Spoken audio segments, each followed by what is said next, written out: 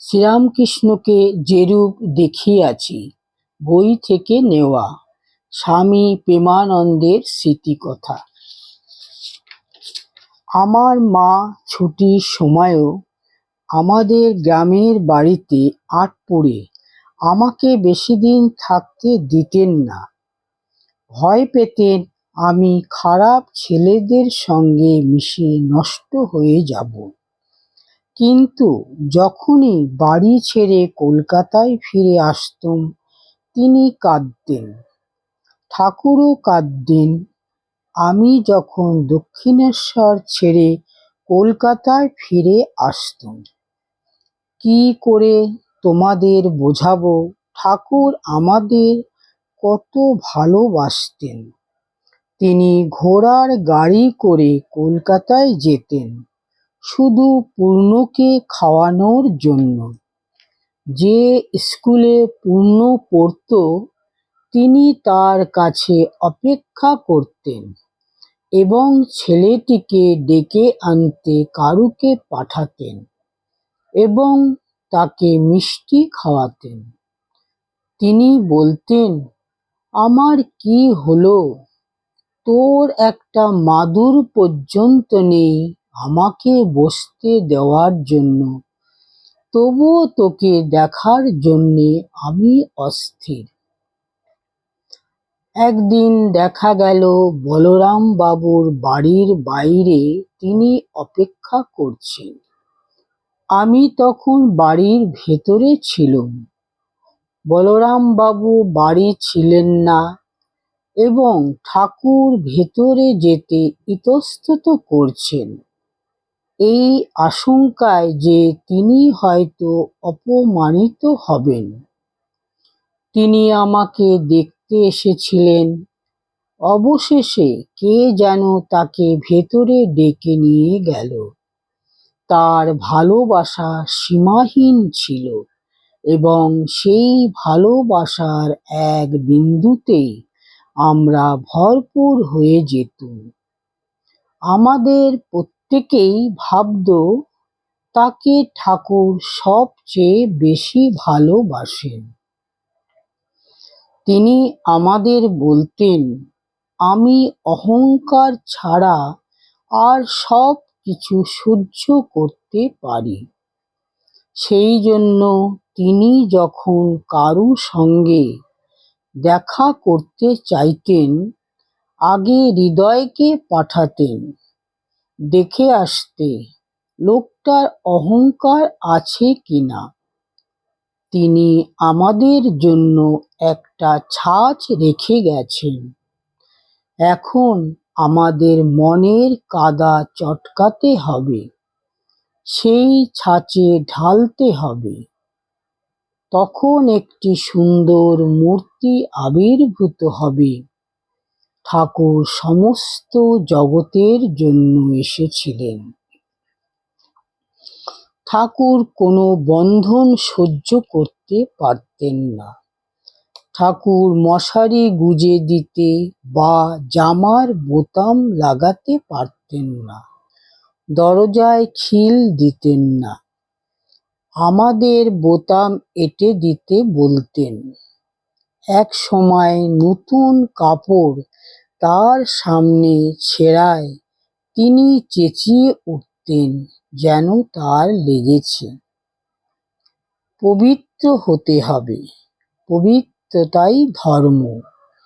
ঠাকুরকে দেখেছিলুম পবিত্রতার জমাট মূর্তি। জনৈক ব্যক্তি ঘুষ নিয়ে উপরি রোজগার করতেন। তিনি একদিন ঠাকুরের সমাধি অবস্থায় তার পা ছোঁয়াতে তিনি আক করে চিৎকার করে উঠলেন। ঠাকুর সমাধি অবস্থায় পড়ে না যান, এই জন্য তাকে ধরে থাকতে হতো। আমাদেরও তাই ভয় হতো, যদি আমাদের ছোঁয়াতে চিৎকার করে ওঠেন। আমরা তাই পবিত্রতার জন্য প্রার্থনা করতুম। ঠাকুরের কাছে তার সেবার জন্য কোনো অপবিত্র লোক থাকতে পারত না। ঠাকুরের কৃপা না থাকলে আমি তার কাছে থাকতে পারতুম না। এখন মনে করি কি করেই যে ছিলুম। একবার ঠাকুর যখন ঘরে ছিলেন না, একজনকে ঠাকুরের গদির তলায় চুপি চুপি টাকা রাখতে দেখেছিলুম। পরে ঠাকুর যখন ফিরে এলেন, তিনি বিছানার কাছে যেতে পারলেন না। তার ত্যাগ ছিল বিস্ময়কর। একজন সাধারণ মানুষ কি এই ধরনের জিনিস কল্পনা করতে পারে?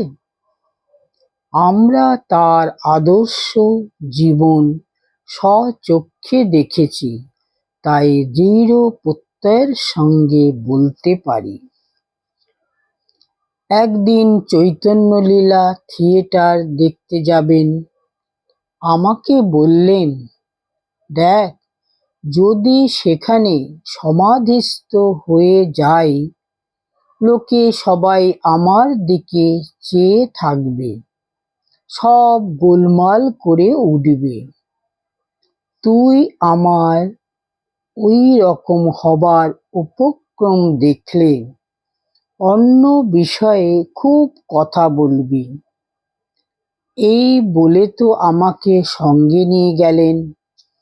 তারপর দেখতে দেখতে অনেক চেষ্টা সত্ত্বেও সমাধিস্থ হলেন।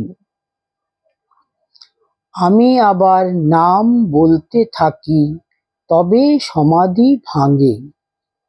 এই রকম ভাব, মহাভাব সমাধি হওয়াটাই তার স্বাভাবিক। মনকে জোর করে তিনি নিচে নামিয়ে রাখতে চেষ্টা করতেন।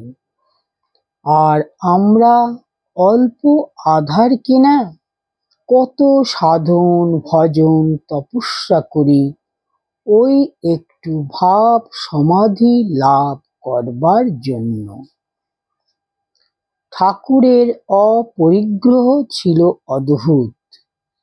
এক সময় ঠাকুরের দুপুর বেলায় আহারের সময় স্বামী যোগানন্দ একটি ভক্তের বাগান থেকে প্রত্যহ একটি করে লেবু দিতেন। একদিন তিনি লেবু এনেছেন, কিন্তু ঠাকুর ওই লেবু স্পর্শ করতে পারলেন না। বললেন, লেবুতে কোনো দোষ স্পর্শ করেছে। অনুসন্ধান করে জানা গেল, ওই বাগান ভক্তটির লিজ নেওয়া ছিল এবং ওই দিন হতেই ওই লিজের মেয়াদ শেষ হয়ে গেছে।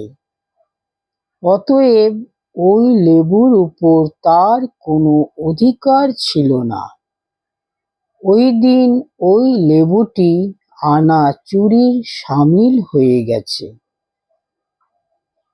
ঠাকুরকে কেউ কোনো জিনিস দিলে তিনি সেই জিনিসগুলোর মধ্যে তাকে দেখতে পেতেন।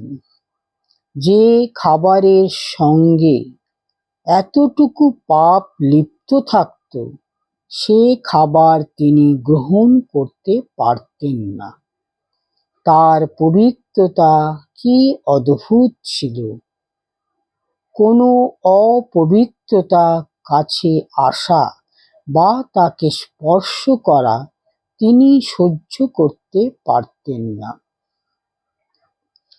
একদিন বিজয়কৃষ্ণ গোস্বামী এসে ঠাকুরকে অনুনয় করলেন তাকে কাম থেকে মুক্ত করার জন্য। ঠাকুর তাকে ছুঁয়ে দিলেন এবং তাতেই অদ্ভুত ফল হলো। আর একবার একজন বিয়ে করেছে, সে ঠাকুরের পায়ে ধরে বললে, স্ত্রীকে ভালোবাসতে ইচ্ছে হচ্ছে, এই তো মায়া। ঠাকুর বললেন, তুই একদিন কিছু মিষ্টি নিয়ে আসিস, তোর মায়াটা খেয়ে দেব। সে এক চেঙ্গারি জিলিপি নিয়ে আসে। সেই দিন রাত্রে খাওয়ার পর ঠাকুর জিজ্ঞাসা করেন, অমুক কিছু এনেছিল? চেঙ্গারি থেকে দুখানা জিলিপি তার পাতে দেওয়া হলো। জিলিপিতে যেই হাত দিয়েছেন অমনি যেন বিচ্ছুর কামড়ের মতো জ্বালা অনুভব করে আসন ছেড়ে উঠে পড়লেন। তারপরে হাত ধুয়ে নিয়ে আবার আসনে বসে জিলিপিতে হাত দেবার চেষ্টা করলেন। হাত জিলিপি পর্যন্ত গেল না। তখন বাঁ হাত দিয়ে ডান হাত ধরে টানছেন আর বলছেন, ছাড় মা, ছাড়, ছাড় মা, ছাড়, আমি যে কথা দিয়েছি। তাতেও কিছু হলো না। তখন বললেন, ও জিলিপি তোদের খেয়ে কাজ নেই, ফেলে দিস। সেই লোকটির বিবাহিত জীবন নানাভাবে বিড়ম্বিত হয়েছিল। ঠাকুর গিরিশ ঘোষ ও অনেক বারো নারীর উপরেও তার কৃপা বর্ষণ করেছিলেন। একদিন বলরাম বাবুর বাড়ির মেয়েরা ঠাকুরের ঘরে তার সামনে বসেছিলেন। এমন সময় রমণী নামে একটি বেশ্যা পাশের রাস্তা দিয়ে যাচ্ছিল। ঠাকুর তাকে ডেকে জিজ্ঞেস করলেন, তুই আজকাল আসিস না কেন রে? ঠাকুর বেশ্যার সঙ্গে কথা বলছেন শুনে মেয়েরা অপ্রস্তুত হলো। কিছুক্ষণ পরে ঠাকুর তাদের মন্দির দেখাতে নিয়ে গেলেন। যখন তারা কালী মন্দিরে পৌঁছলেন, ঠাকুর মাকে বললেন, মা, তুমি বেশ্যা রমণীর রূপ ধারণ করেছ। তুমি বেশ্যা ও সতী দুই হয়েছ। মেয়েরা বুঝতে পারলেন যে রমণীকে ঘৃণা করা তাদের উচিত হয়নি, কারণ ঠাকুর তার সঙ্গে মাতৃজ্ঞানে কথা বলেছিলেন এবং তাদের নিজেদের সতীত্বের গর্ব করা উচিত নয়, কারণ মায়ের ইচ্ছাতেই তা সম্ভব হয়েছে। আমরা প্রথম প্রথম অত ধর্ম কর্ম কি বুঝতুম? পিতা মাতার চেয়েও তার আন্তরিক স্নেহ ভালোবাসার টানে দক্ষিণেশ্বরে যেতুম। সে কি টান, কি অহৈতুকী ভালোবাসা, তুলনা করা যায় না।